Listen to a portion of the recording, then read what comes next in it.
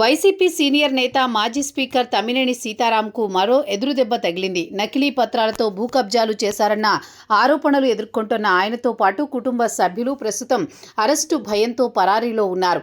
ఈ నేపథ్యంలో తమ్మినేని హైకోర్టును ఆశ్రయించారు. తనపై నమోదు చేసిన కేసును కొట్టేయాలని ఆయన హైకోర్టును కోరారు. అయితే కోర్టు ఇందుకు నిరాకరించింది. తమ్మినేనిపై ఏపీ పోలీసులు నకిలీ పత్రాలను ఉపయోగించి సుమారు 4 కోట్ల విలువైన భూమిని తన కుమారుడి పేరుపై రిజిస్ట్రేషన్ చేయించుకున్నారని ఆరోపణలతో కేసు నమోదు చేశారు. ఈ కేసు దర్యాప్తులో భాగంగా తమ్మినేనితో పాటు ఆయన కుమారుణ్ణి అదుపులోకి తీసుకోవాలని భావిస్తున్నారు. దీంతో విషయం గ్రహించిన వీరు తెల్లవారుజామునే ఆముదాల వలసలోని ఇంటి నుంచి అజ్ఞాతంలోకి వెళ్లినట్టు తెలుస్తోంది. అనంతరం తనపై నమోదైన కేసును కొట్టివేయాలని కోరుతూ తమ్మినేని హైకోర్టులో క్వాష్ పిటిషన్ దాఖలు చేశారు. దీనిపై విచారణ జరిపి కోర్టు ధర్మాసనం కేసు క్వాష్ చేసేందుకు ఏమాత్రం నిరాకరించింది.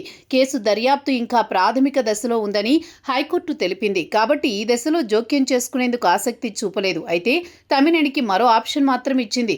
అరెస్టు భయం ఉంటే ముందస్తు బెయిల్ దాఖలు చేసుకోవచ్చని సూచించింది. దీంతో తమ్మినేని ముందస్తు బెయిల్ పిటిషన్ దాఖలు చేసే అవకాశం ఉన్నట్లు సమాచారం. ఈ కేసులో తదుపరి విచారణను జూలై 29కి వాయిదా వేసింది.